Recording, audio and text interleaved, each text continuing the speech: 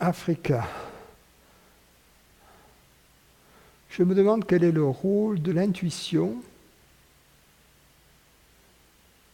en ce qui concerne la recherche de la vérité, parce que je suis à l'écoute de vous, parce que j'ai l'intuition que vous dites la vérité.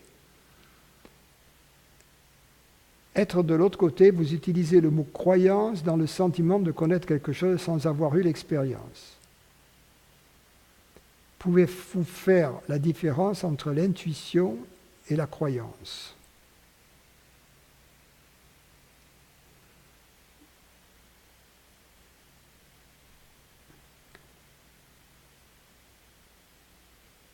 L'intuition spirituelle est d'une certaine manière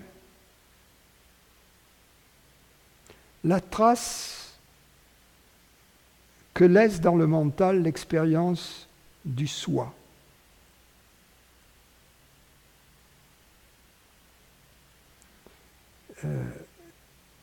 C'est une trace qui est parfois sous forme d'une pensée, mais avant cette pensée, il y avait soit une forme de pensée très subtile, une idée en quelque sorte, une forme très géométrique, une forme inexprimable, pour ainsi dire, ou également une sensation profonde d'amour, de liberté, de joie, de bonheur, de paix. Donc, la différence, si vous voulez, entre la croyance et l'intuition vraie, l'intuition dont nous parlons ici, c'est que l'intuition vraie découle directement de l'expérience du vrai.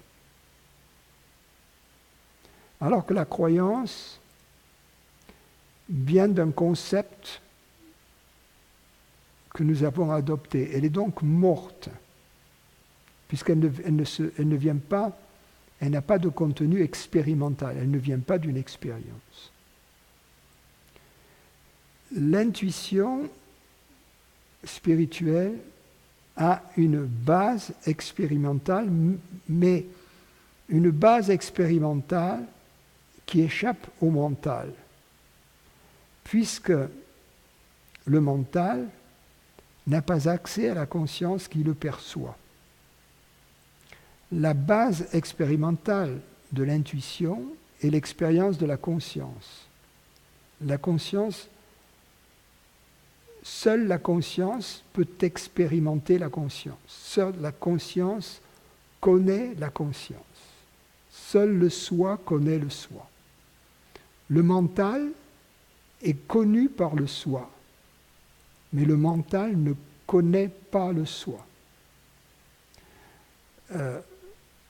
L'intuition, comme je l'ai dit, est la première empreinte laissée par le soi à la surface du mental. Il y a ce très beau poème de Paul Valéry, intitulé, je crois, L'enfance du poème. Et il décrit l'intuition poétique, et dans laquelle la muse de la poésie, symbolisant l'intuition poétique, s'approche du poète qui est à l'écoute de l'intuition. Et il dit « Tes pas », se référant à la muse, « tes pas, enfant de mon silence, lentement, saintement placés vers le lit de ma vigilance, procèdent muets et glacés. Tes pas, enfant de mon silence, créé par mon silence, par mon écoute. Lentement, saintement placé, saintement, il y a là l'intuition justement du côté spirituel, du côté sacré de l'intuition, vers le lit de ma vigilance, c'est-à-dire le poète n'est pas seulement silencieux, il est aussi vigilant. C'est une vigilance silencieuse, c'est l'attitude méditative. Procède, muets et glacés, ça veut dire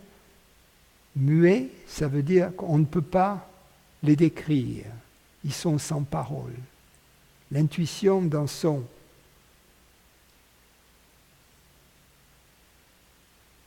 origine n'est pas un objet, donc elle est muette. Et glacée, ça veut dire qu'il n'y a pas d'émotivité. C'est impersonnel, il n'y a pas d'émotivité là. Il n'y a pas de personne. Voilà. La croyance, par contre, c'est une idée, un concept adopté par le mental sans aucune base expérimentale.